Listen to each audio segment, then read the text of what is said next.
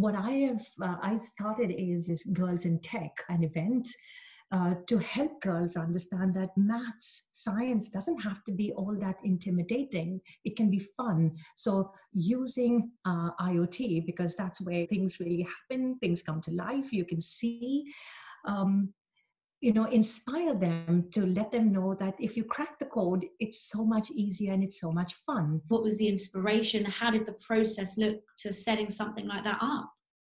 And that's really going back to my daughters. I mean, as a mother of three girls, I'm brutally honest now when I say that I had my selfish motives, and that was to get them to think about science and maths.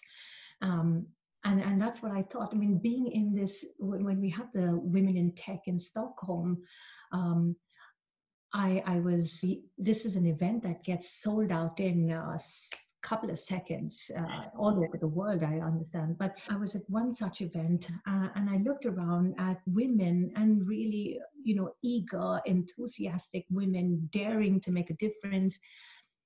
And I thought, but we've missed the target because we're already there. We are inspired. We've got it. We need to inspire the ones that are coming after us. And how do we get them to start thinking about maths and science? And I was at Telia at that time where I talked to some of my colleagues because Telia, we were just starting our journey into the IoT space then. And I thought, what if we inspire our school-going girls, those that have to make the decision which line to pick? If we capture them and capture their interest, even if it's two of them from there that we are able to inspire, so be it. We'd be making a difference, as small as it is. So I started my journey at Telia with Girls in Tech. It's a huge responsibility to have girls that you are looking after, physically as well, in your environment.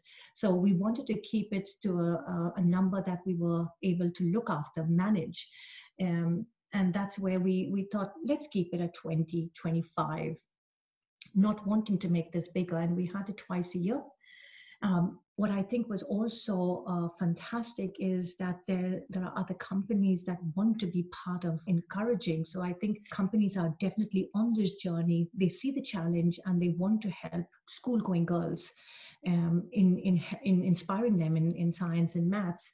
So I had very quickly other companies participating with me. And this year, Ellie, where all this time we've kept it very small numbers.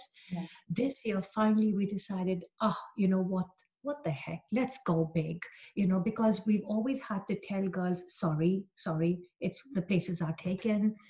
And this year, when we had 75 signed up, wow.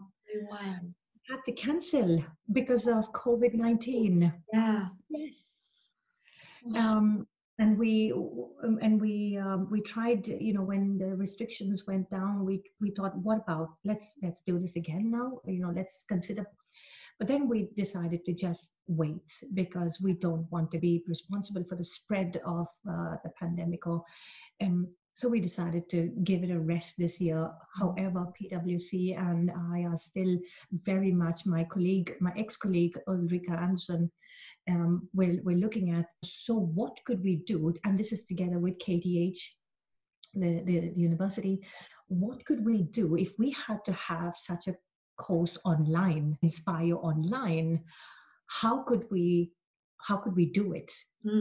Because the feedback that we got from all these girls was they don't want to have so many people talk to them. They think it's mighty boring to have people just speak to them. They want hands-on. They want stuff to do, stuff to build.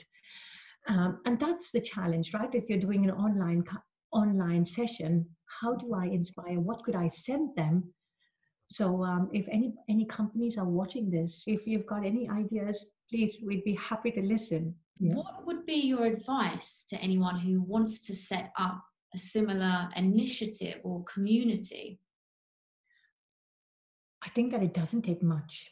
You absolutely need to go with your gut here. If you feel so strongly about it, whether your reasons are selfish or or I mean, as in selfish, as in for me, I had my 3 daughters that I wanted to push them, and this was my way of giving back to society by pushing my own girls in there. Um, but whatever your motives are, if you feel like you want to make a change, go for it.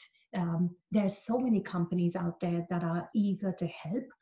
I think reaching out to companies with an idea, I mean, as soon as you start to talk about it, you will have a lot of people wanting to support you. So I don't think that it's that challenging. I think like also you don't have to have 100 or a big scale, large scale. Um, Focus on 5, focus on 10, because as long as you're making a difference, you're inspiring somebody, the word will spread around, and you will get the desired effect that you were looking for. It will just happen.